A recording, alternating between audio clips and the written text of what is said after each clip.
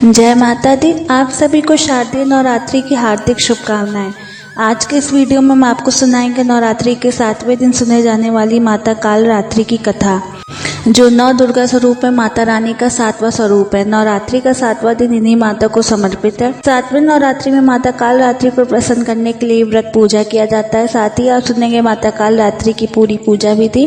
आपसे प्रार्थना है कि ये कथा अंत तक अवश्य सुने। और कथा शुरू होने से पहले हमारे चैनल को सब्सक्राइब करके एक बार कमेंट्स में दिल से जय माता दी अवश्य लिखें। माता कालरात्रि नवरात्रि के 7वें दिन इस कथा को सुन रहे सभी भक्तों पर अपनी विशेष कृपा बरसाइए। तो अब शुरू करते हैं नवरात्रि के 7वें दिन पर नौ दुर्गा के 7वें स्वरूप माता कालरात्रि की कथा। तो प्रेम से बोलिए श्री गणेशाय नमः। ओम जयंती मंगला काली भद्रकाली कपालिनी दुर्गा क्षमा शिवा धात्री स्वाहा स्वदा नमोस्तुते। यह मंत्र मुख्य रूप से माता कालरात्रि को ही समर्पित है। कालरात्रि माता आदिशक्ति दुर्गा रानी का 7वां और सबसे भयंकर माने जाने वाला स्वरूप है। यह स्वरूप केवल दुष्टों माता पार्वती पर श्रद्धा न रखने वालों के लिए ही भयंकर है। माता कालरात्रि के भक्तों के लिए माता प्रेम और ममता की सागर है और उनका यह रूप बहुत कल्याणकारी है। माता का नाम कालरात्रि है, अर्थात जिनके शरीर का रंग घने अंधकार की तरह एकदम काला है। माता कालरात्रि के सिर के बाल बिखरे हुए हैं और गले में विद्युत की तरह चमकने वाली माला है। अंधकार में स्थितियों का नाश करने वाली है माता कालरात्रि। काल से भी रक्षा करने वाली है महाशक्ति कालरात्रि। इन देवी के 3 नेत्र हैं। ये तीनों ही नेत्र ब्रह्मांड के समान गोल हैं। इनकी सांसों से अग्नि निकलती रहती है। माता कालरात्रि गर्दभ यानी गधे की सवारी करती हैं। माता कालरात्रि के ऊपर उठे हुए दाहिने हाथ की वर मुद्रा भक्तों को मनोवांछित वरदान प्रदान करती है। माता कालरात्रि का दाहिना तरफ का नीचे वाला हाथ अभय मुद्रा में है, यानी माँ कालरात्रि के भक्त हमेशा निडर और निर्भय रहे, यही माता रानी की इच्छा है। माता कालरात्रि के बाईं तरफ ऊपर वाले हाथ में लोहे का कांटा तथा नीचे वाले हाथ में खड़क है। इनका रूप भले ही भयंकर हो, लेकिन यह सदैव शुभ फल देने वाली माता है, इसलिए माँ कालरात्रि शुभंकरी भी कहलाई। अर्थात इनसे भक्तों को किसी भी प्रकार से भयभीत या आतंकित होने की कतई आवश्यकता नहीं है। माँ कालरात्रि के साक्षात्कार से भक्त पुण्य का भागी बनता है। माँ कालरात्रि की उपासना करने से ब्रह्मांड की सारी सिद्धियों के दरवाजे खुलने लगते हैं और तमाम आसुरी शक्तियाँ माता कालरात्रि के नाम के उच्चारण मात्र से ही भयभीत होकर दूर भागने लगते हैं। इसलिए दानव, दैत्य, राक्षस और भूत प्रेत माता कालरात्रि के स्मरण से ही भाग जाते हैं। तंत्र मंत्र के साधकों में माँ कालरात्रि की पूजा विशेष रूप से प्रचलित है। यही कारण है कि माँ कालरात्रि की पूजा मध्य रात्रि में करने का विधान है। साथ ही यह भी माना जाता है कि माँ कालरात्रि की पूजा के समय से पहले प्राणों के नष्ट होने का भय भी खत्म हो जाता है, क्योंकि माँ कालरात्रि दुष्टों का विनाश करने वाली है।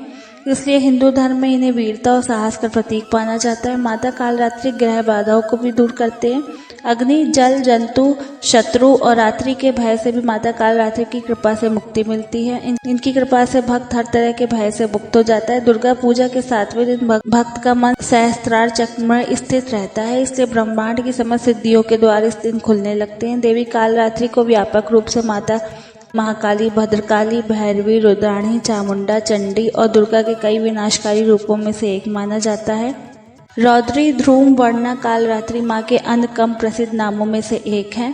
माँ कालरात्रि के स्वरूप विग्रह को अपने हृदय में अवस्थित करके मनुष्य को एक निष्ठ भाव से माता कालरात्रि की उपासना करनी चाहिए।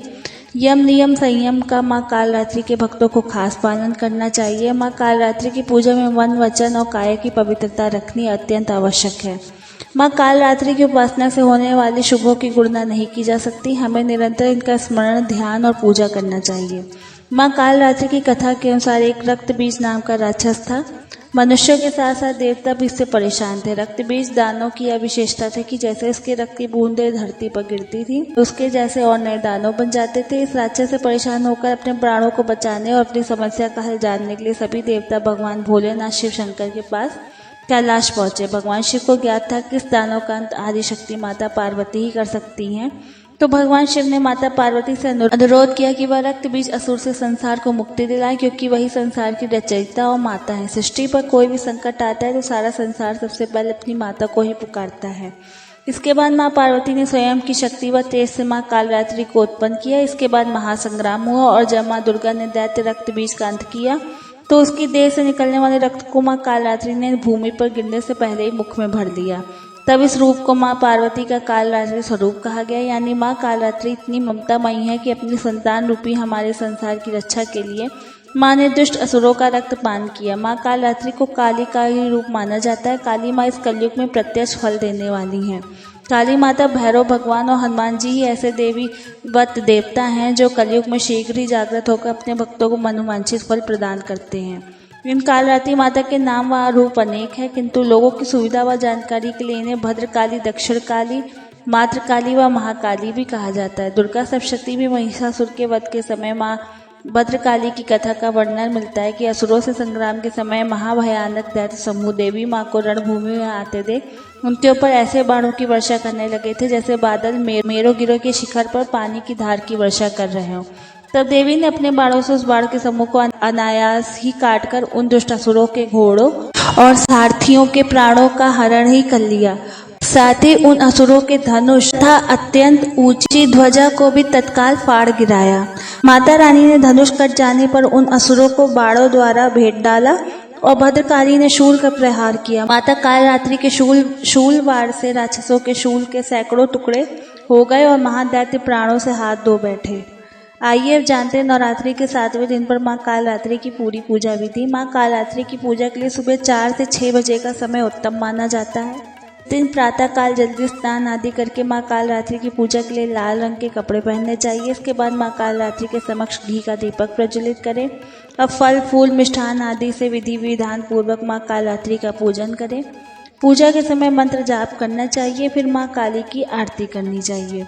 इस दिन काली चालीसा, सिंध कुंजी का स्तोत्र, अर्गला स्तोत्रम आदि चीज़ों का पाठ भी करना चाहिए।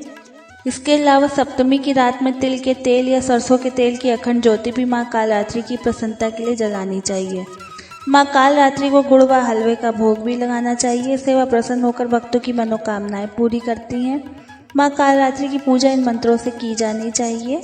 या देवी सर्वभूतेषु शक्ति रूपेण संस्थिता नमस्तस्यै नमस्तस्यै नमस्तस्यै नमो नमः। और दूसरा मंत्र है ओम ऐं ईं क्रीं काल रात्रे नमः। अगर आपको यह कथा पसंद आई हो तो प्लीज़ लाइक शेयर सब्सक्राइब कीजिएगा। Thank you. जय माता दी।